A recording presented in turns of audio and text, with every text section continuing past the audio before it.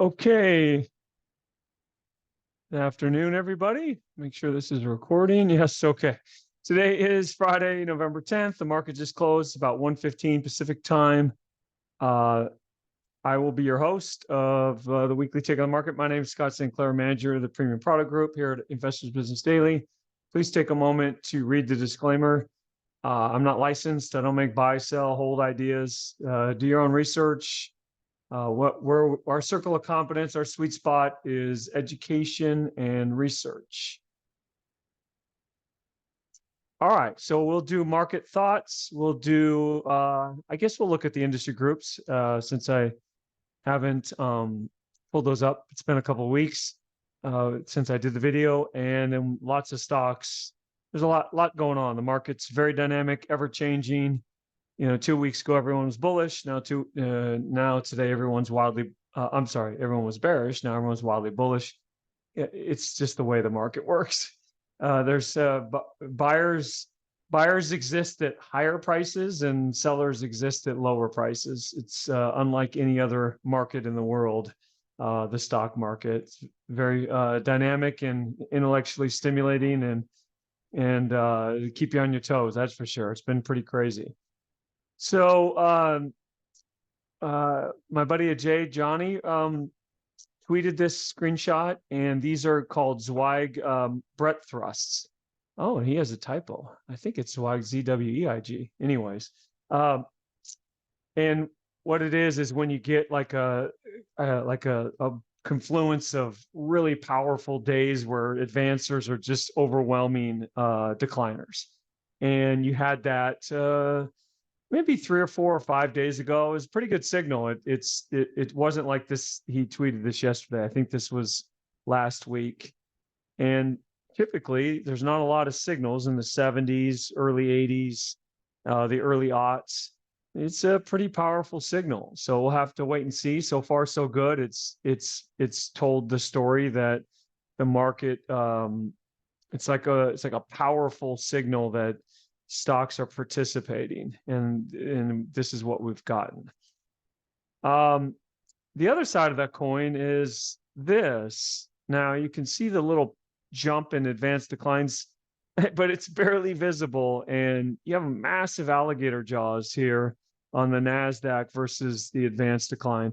It's still, I don't know. I just don't, I think to me, it's still very narrow. You've got to buy, if you want to participate, you got to buy big. So NVIDIA, AMD, CrowdStrike, ServiceNow, Microsoft. You want to buy ETFs, you buy FANG, you buy SMH.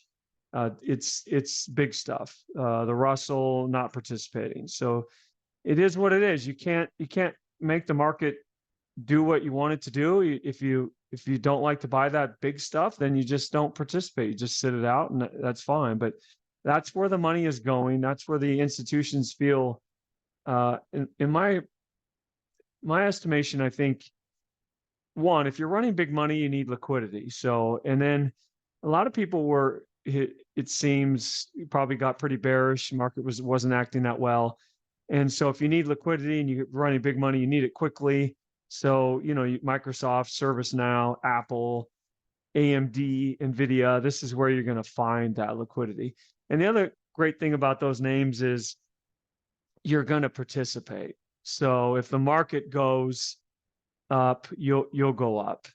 And if the market goes down, you'll go down, but at least you can blame it on the market. It's kind of I don't know when that circus or that circle is going to end, if ever, but that's kind of how allegedly, I've never, sat on a trading desk for a big institution, but allegedly that's kind of how they think. And I sort of understand, like, if you have a really good job at a hedge fund, or you're running a lot of money for a hedge fund, you just don't want to. There's no comfort in kind of going out on the spectrum, going off the reservation a little bit if you're wrong, because then you're out of business.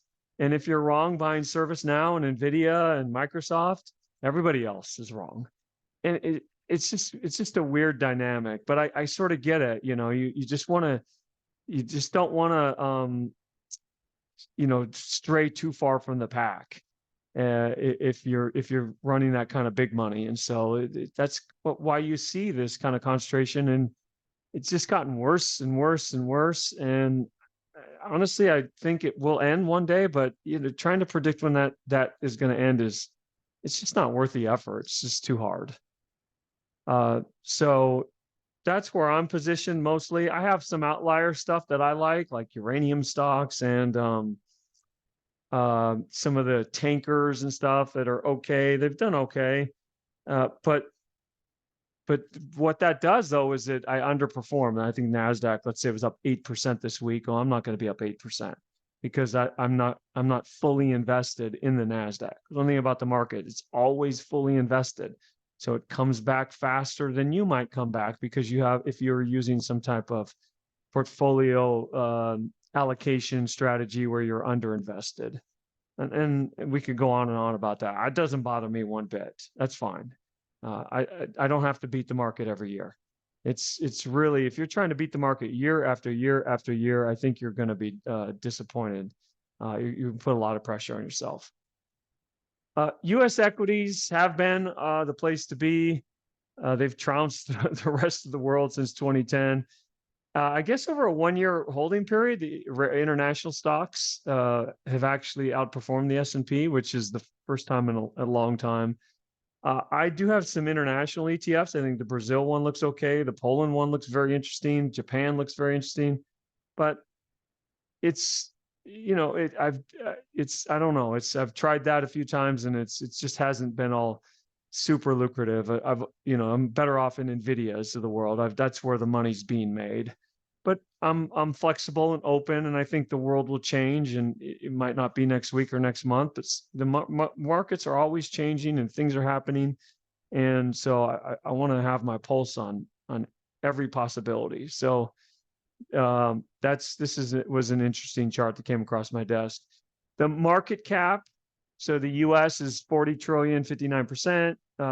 Japan 6%. United Kingdom 4%. China 4%.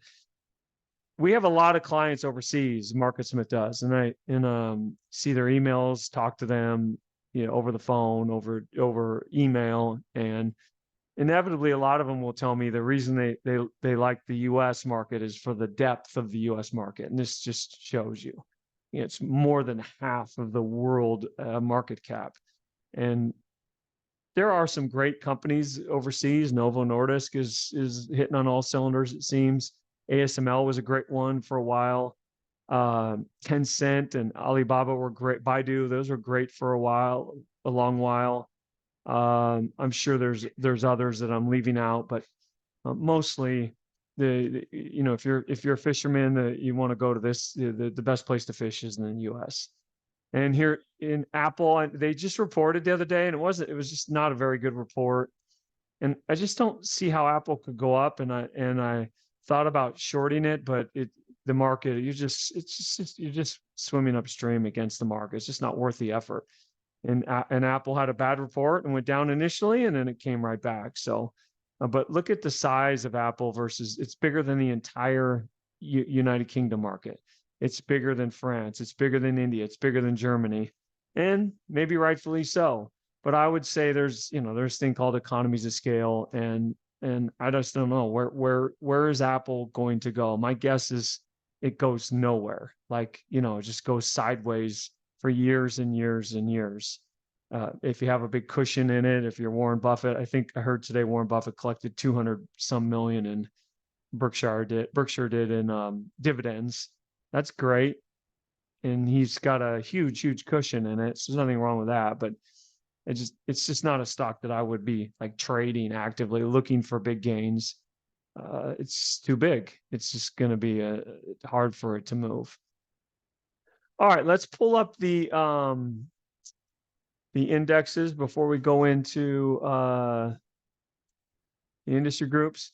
So you have kind of this 3 waves down. I know we talked about a lot. You're undercutting the lows on the undercutting the 200-day, and hey, I really despise the term that everybody's bearish or everybody's bullish, because I just don't believe that for even a nanosecond. But there's a lot of bearishness and nervousness, and the sentiment numbers are bad, and so the market rallies, and it's been the face ripper. It's been really powerful. You're up, I think I calculated 10 of 11 days, 2, 4, 6, 8, 9, 10, 10 of 11 days. You had one little spot of bother with the bond market yesterday. I guess there was an auction that didn't go well and the market broke quickly, but that was that. It just can't stay down. People are underinvested in the big stuff. So as we sit here, like right now, I'm not saying it has to go down, but I would not be adding exposure. I'm taking off exposure, to be honest, because it's just what I do. I like to buy when there's fear, and I just don't see a lot of fear now. Then if you look at like an intraday chart, I look at like 30-minute intraday charts, and this is today. I mean, is there any fear? Every single bar is blue. So it doesn't mean it has to come down. I just don't like the risk reward for putting on exposure here. So that's just how I do it. And if it runs away from me, that's fine. I'll find another spot. The market, there's always seems to be a spot. As soon as you think you're never going to get a chance, here I'm never going to get a chance to invest. Banking crisis. Oh man, I'm never going to get a chance to get fully invested. Whammo. You have to be careful when you think that. It's usually a sign that, and even something like, gosh, I'm never going to get a chance. Well, you get this very orderly pullback and you get another chance. Small window, but you can make money in there. So I think the market's fine. I actually think the QQQs are going to make a new high. It's almost like a magnet. It's almost inevitable. And I the reason I think that is because the market is perverse in that regard, that this is going to make a new high and nothing else will. And that way everybody will just be like, now what, right? So I think the NASDAQ will make a new high and the S&P won't, or the QQQs will make a new high and the S&P won't. The Russell definitely won't. It's not even close. This is still a turkey below all the moving averages. The S&P, for it to make a new high, you need 19 on 440. You need about 4.5%. For the Qs to make a new high, it's probably not that much at all. What do you need? 8.5 points or so. 2.5% or 2.25% actually. So that could be Monday, the way the market's going. So it'd be very interesting to see how that happens. You relative strength line well into new highs before price. It is what it is. You have to be in the big cap stuff, and specifically NASDAQ mostly, to be participating in this market. The S&P, you've got this little double bottom and you're above this. 1, 2, 3, 4, 5, same thing, up a bunch of days in a row. And keep it simple. If you're out of the market, you have a follow through day. I know everybody hates follow through days, but they don't work every time, of course. But if you're out of the market, you see this kind of power, you better start putting on some exposure, at least a little bit, just to get some feedback from the market, from your portfolio, I should say. All right, let's look at the industry groups.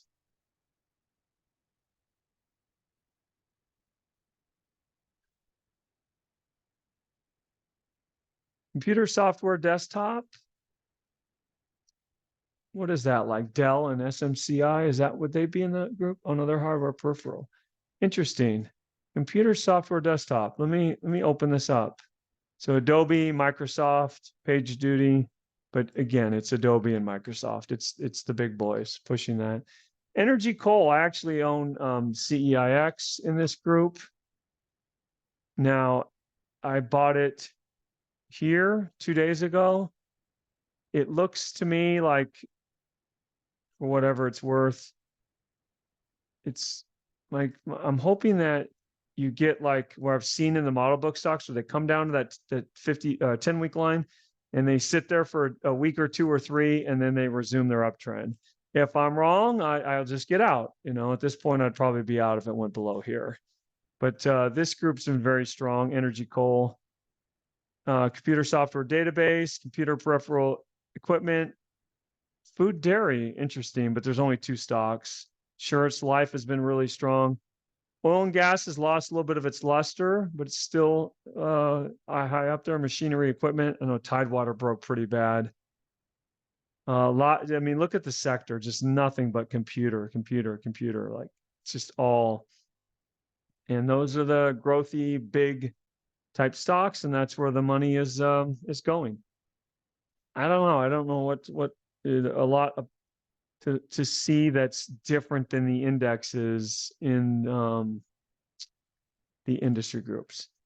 Stocks to watch. Let's start with ETFs. So SMH, probably a new high by Monday or Tuesday, the way it's going. It's very powerful. NVIDIA, AMD, we'll look at those for sure. But just very, 1, 2, 3, and then, I don't know. It's either going to be straight up from the bottom, Katie bar the door, or it's going to be, wow, look at the power it came off the bottom on, and how obvious it was. And that'll be the easy after the fact. But right as we sit here, it's you just don't want to get in front of it. It's a steamroller. I'm not saying you have to be in it, but you don't want to be on the other side of it just yet, I don't think. And FANG. So this is the one-time FANG ETF. I think I calculated this is a 15% move. It's up 15% in 10 days. Just incredible move. New highs? Not that far away, the way it's going. So that's NVIDIA, Apple, Microsoft, Tesla, Netflix. It's where I don't know if AMD would be in this ETF as well, but that's where the money's going. So pretty far. Like if the one that I used to short, FANG up, because of the triple leverage, is up 44% in 10, 11 days. Maybe I should have gone long it instead of being short it. I wasn't short for the move up, believe me, luckily. But it's just incredible power. But you can see how far away it is from its new high because of the leverage that it uses. The decay in the options that it's using to create that leverage. And that's why does this have a base? It doesn't really have a base, but basically your 184 to 228. So you're 23% from new high. And for this one, you are 4% away. So that's why I don't like these products. People ask, well, why don't you like these leveraged products? This is why. They're great in the short term. You're going to catch a 2, 3, 4, 8 day ride or whatever. That's fine. But in consolidations, the decay is killer. And so it's while this is really like FANG S has gone sideways this whole time, FANG U, when it goes sideways, you're really losing a tiny bit because the options that they're using are expiring. At least that's kind of my understanding on the product. So that's why I like to short them. But the problem is the brokers, they won't let you, at least not the brokers I use, they won't let you use margin when you're shorting them. So it's like a cash trade. So I don't know. I'm not so certain it eats up your buying power, and it's have to wonder if it's worth the squeeze. It's just kind of a different animal, but that's where I had been trafficking anyways. So let's look at the stocks. So ServiceNow broke out, follow today somewhere in here. You need exposure. RS line, blue dot right there. You can buy that. I did. Microsoft, where's follow today? Somewhere in here. You need exposure. RS line, blue dot. You didn't buy Microsoft. I should have. Meta. Love the shakeout on earnings.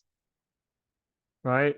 Another name. So it's all just big. And then, of course, the granddaddy of them all, NVIDIA.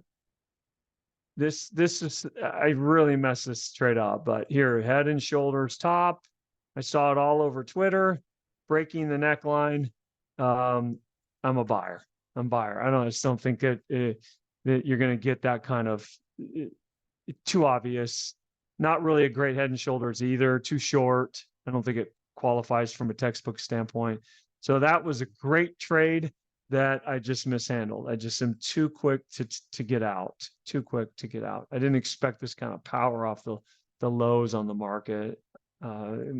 So messed that one up.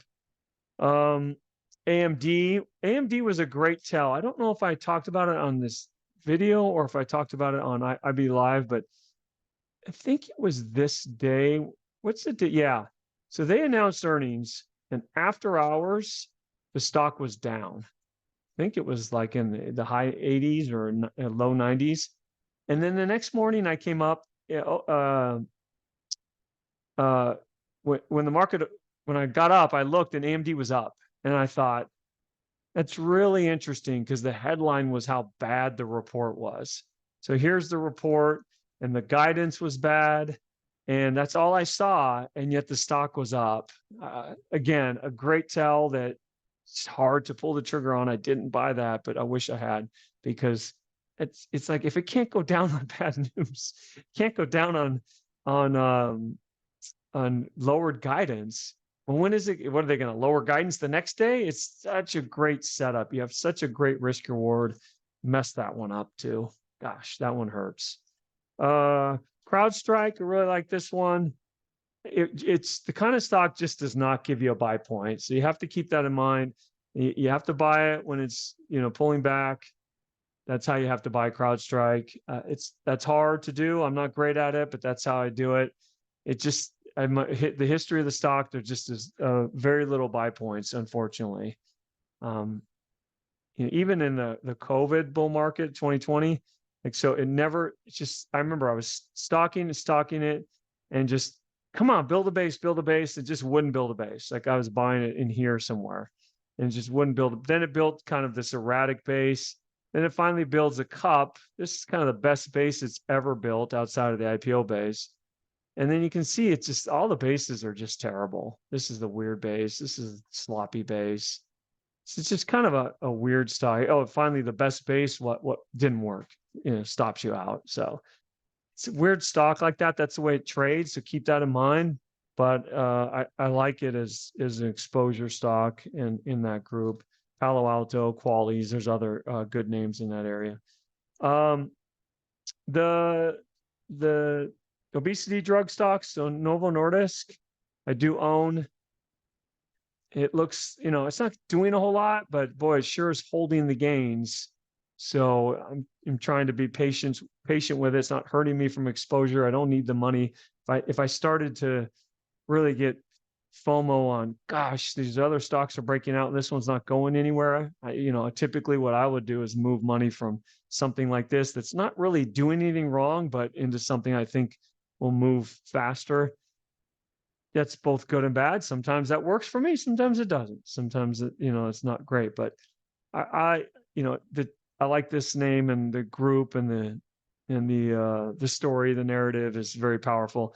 Now, Lilly's drug got approved. I don't think the market was surprised that it happened, but so Lilly's drug got approved this day, and Novo. Pull up the intraday chart. It's kind of strange action. So where did that happen? Okay, yes, it happened here. So right there, approval of the drug, the stock sold off, but then it started to come back. And I actually started to buy this one because it was, to me, if the news is already baked in, it shouldn't have come back. So I started to buy that one, and it closed pretty well. And then the next day in the pre-market was up, which is why I sometimes do some selling in pre-market to reduce, because sometimes you can get like pretty good prices in the pre-market. And then it just opened and trapdoored. So I had to get out. A disappointing action overall, but this stock's acting fine. It's just probably a bit of, buy the rumor, sell the news. So this area is pretty strong too. So even though the breadth isn't that great, how many stocks do you need? 10, 12, 8, something like that. They're out there. And, there's other areas, like I said, I'm in the uranium stocks, which, it's not very CAN SLIM-ish. That's fine. You can say, Scott, no interest, no problem. I have no It doesn't bother me one bit. I'm in it, and I'm going for trying to get a big move. And if I'm wrong, I'll stop myself out, and it is what it is. It doesn't bother me. But I've been in it for a while, and I'm trying to sit through this space. This just showed up, this cup with handle. Very interesting. Mostly I own the physical, but unfortunately that ETF is not in MarketSmith. But hoping they'll list on the New York Stock Exchange, because one of my brokers can't buy it, but at Fidelity I can. So I have to load up there. And that's the physical uranium trust. So I like this area. The shippers, TNK, this is the beast. So look, this is very NASDAQ-like, right? What did this do? 1, 2, 3, 4, 5, 6, 7, 8. Went up like, 14 of 17 days or something. A nice little shakeout day on the earnings, and still holding strong. It's kind of what, very much like the NASDAQ is acting. So this group looks very good. I think Sting, which I do not own, looks good. Yeah, that looks fine. TRMD, which I do not own, more than fine. And Frontline, which I don't own anymore, tiny bit, but acting great out of this, 1875 pivot. So it's, I don't know, the breadth from that one chart, it's like there's nothing to buy, but yet when I pull up stocks, there's lots of stuff. There's lots of stuff. I think that's it for stocks to watch. I'm going to pause my screen, and that's going to be a reminder to me that I paused it. So the quote of the week from Paul Tudor Jones. I'm guessing most of you have listened to Stanley Druckenmiller. Wasn't a TED Talk. I can't remember there's a conference they do every year. Maybe it's the Robin Hood conference or something, but Paul Tudor Jones interviews Stanley Druckenmiller. It happened maybe a week and a half ago. Watch it.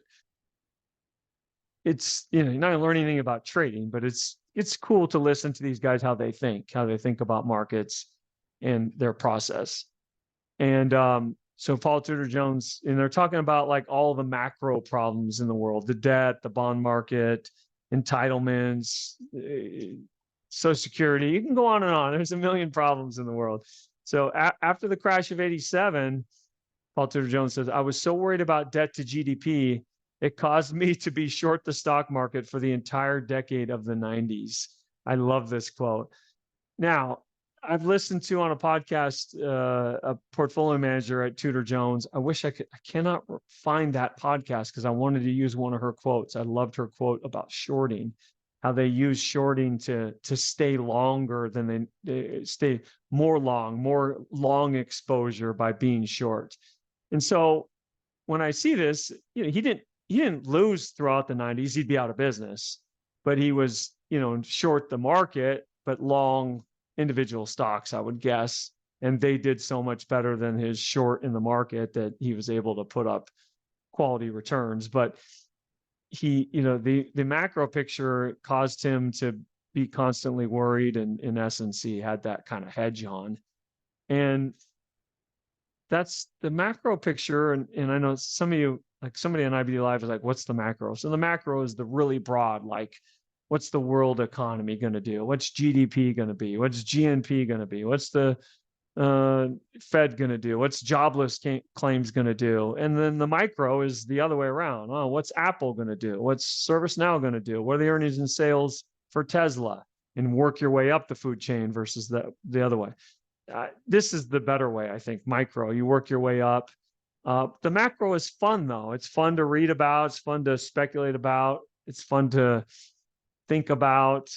And so, but you just can't trade the macro. You can't trade the macro. You'll never make any money long term, I don't think.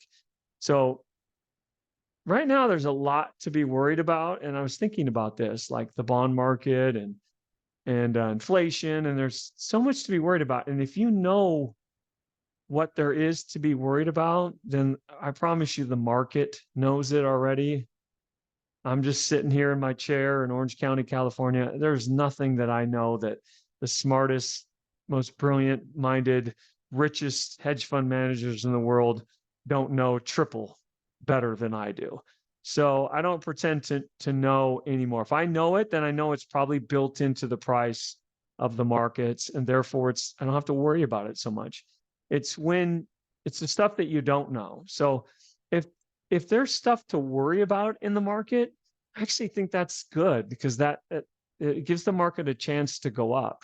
Like if people are worried about what the Fed's going to do and they're worried about XYZ and they're worried about ABC. There's been maybe 2 or 3 times in my life where there was nothing to worry about, and those were fantastic tops. So in 2000, everybody's a stock trader. Everybody's all my friends from business school are trading stocks. I was going to business school at night in 2000, and all we would talk about at school and at lunch, because they would feed us, because we'd go at night and we'd go on Saturdays and we'd get in the lunch line and I'd hear everyone talking about the stock market. Blue skies ahead, nothing to worry about. So that's when you should be worried. when when they're worried, then there's nothing that's probably okay. The market can continue up. And then of course in 2007, 2008-ish, when everybody owns 3 homes and the houses never go down, that type of thing. So it's hard that to try to build your portfolio around that, and that's why you probably don't want to do it. And here's a perfect example of Paul Tudor Jones. If he had been like, "Oh, we've had the crash of '87. There's too much debt in the world. The market's done. The dollar's done. This is done. Social Security is going to go bankrupt," and he's just like short the market, and eventually the clients are going to pull the plug. They're going to pull the plug. He's going to be out of business. So it's not a great way to trade, believe me. I've tried it once in a while. Every once in a while, I'll make like a macro trade or whatever. And, maybe it's like, maybe the one that I made on China in 2000-ish, after the 2002, 2003-ish, was pretty heavy in Chinese stocks. But it was micro. I was buying like PetroChina coming out of a base. I was buying China life insurance coming out of a base, big earnings and sales. I didn't have any like, oh, I think China's going to grow 9% a year for 20 years. Let's find stocks. It was the other way around.